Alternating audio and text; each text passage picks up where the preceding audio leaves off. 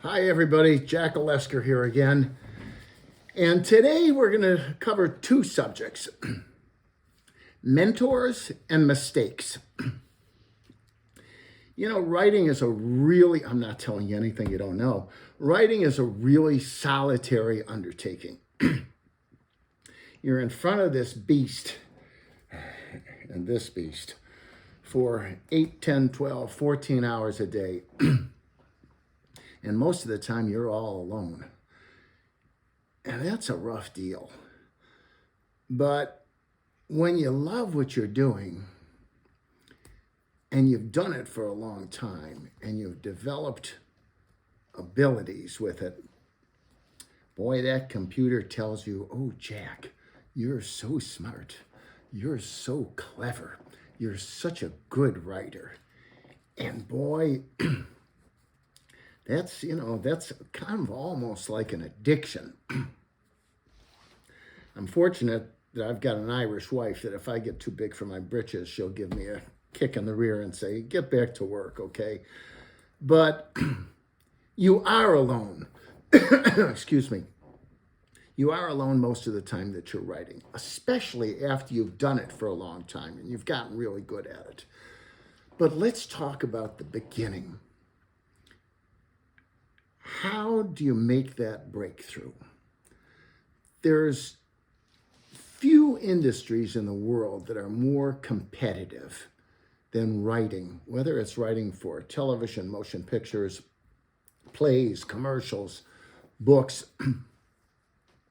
I read something, gosh, maybe 10 years ago. It said there were 44,000 different titles that came out in the book publishing industry. And that was before they came out with all this nonsense with vanity press and hybrid publishing where you pay $1,000 and they'll print you copies of your book. I'm talking about real publishers like Putnam and Signet and New American Library, people that have published my novels and other established authors. But how do you break through to them? You gotta find a mentor. You cannot do this alone. You can study as many online articles about writing. You can tune in to episodes of me chatting with you. All of that's good stuff. But you gotta have somebody that is going to take an interest in you. And that means you have to seek them out. You have to find them. There's a country song, I'm a big country music fan, that says, there are angels all around you on the street.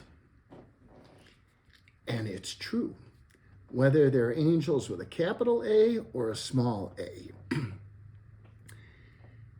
And capital A angels are angels that are your mentor and help you out just because they want to pay it forward. That's a wonderful thing.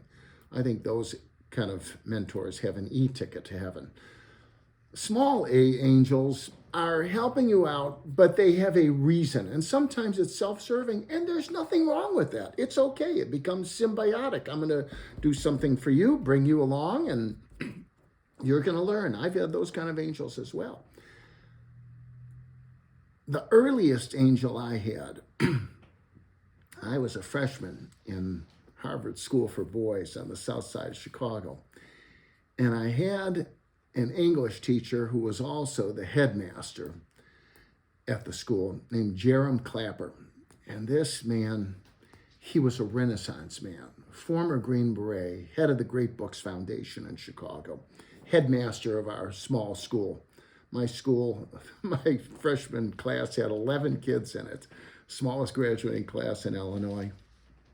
And I remember the first day Jerry Clapper came into the class and he looked at all of us, took a piece of paper, went like this, and he dropped it on his desk and said, write a composition about that. He'd make 4 dots on the board and he'd draw a line between them and he'd say, write a composition about that. And my classmates were asking, how long should it be? What should it be about? I'm going, And Jerry Clapper, he was the headmaster, he would send notes to the teachers in my next class saying, Jack's going to be late because he's writing, so cut him some slack. And he took an interest in me because he knew I had that spark.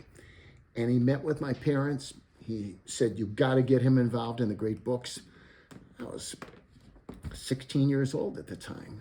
And before I know it, I'm reading Aristotle and Plato and Euripides, reading all of the classics.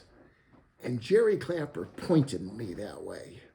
The next year, I had Carol Stein as my English teacher. Boy, she was one of the toughest teachers I ever had, and didn't care about doing that.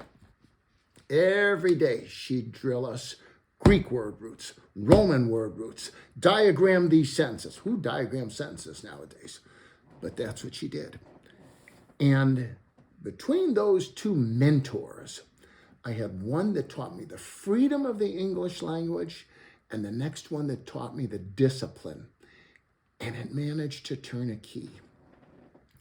I was blessed with a mom that when I was 6 years old, she took me to the Chicago Public Library main branch.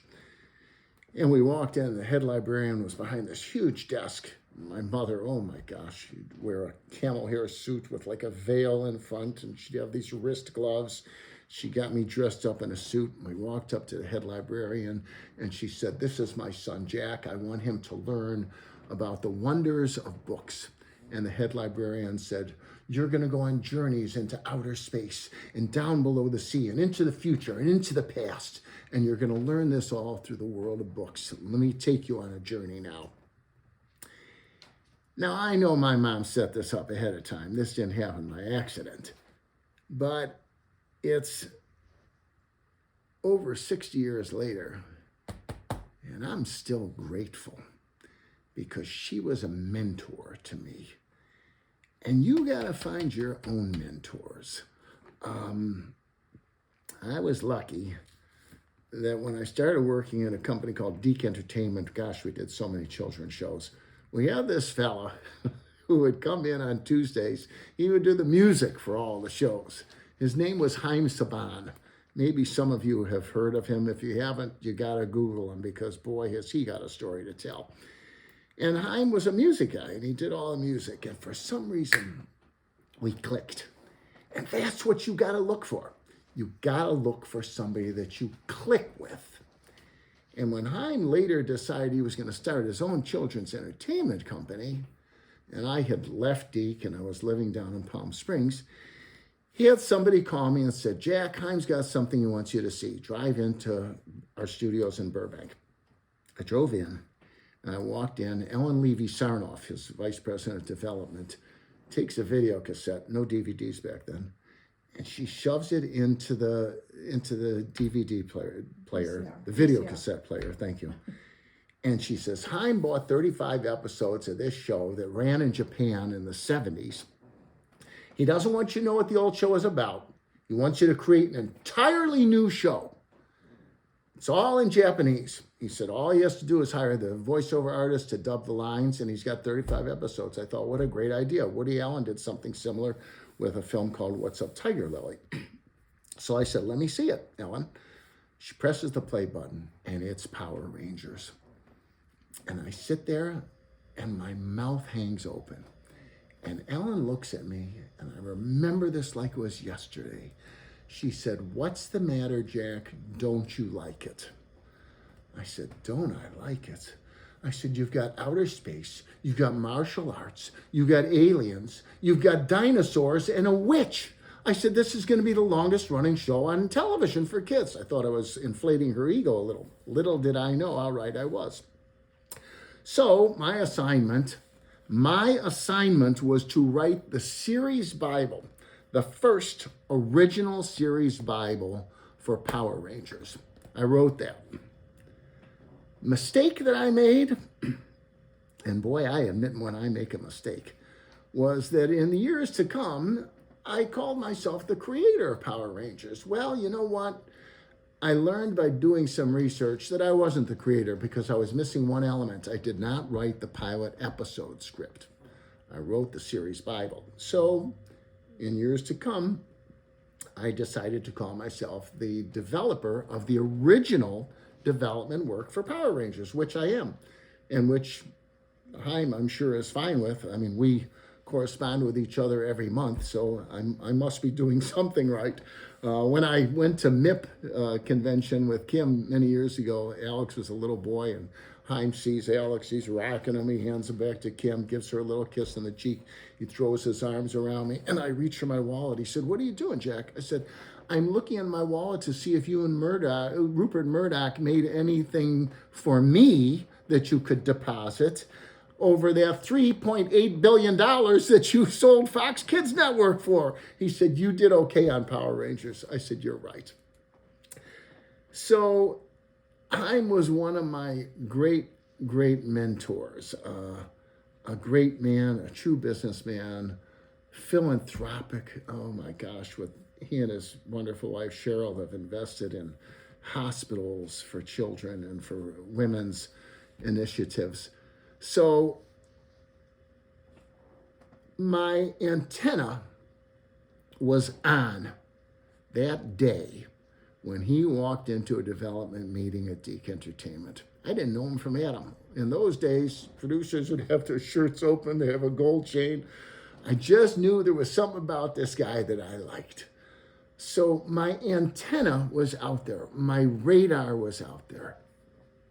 You have to do the same thing. It's not to be open for somebody to come along for you. It's to be looking for it.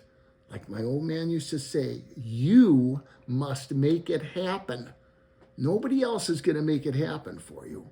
But if you show the desire, the drive, the determination, the passion to show that you have what it takes to make it in this industry, an industry that you better have cast iron guts for, then you'll be lucky. Not lucky.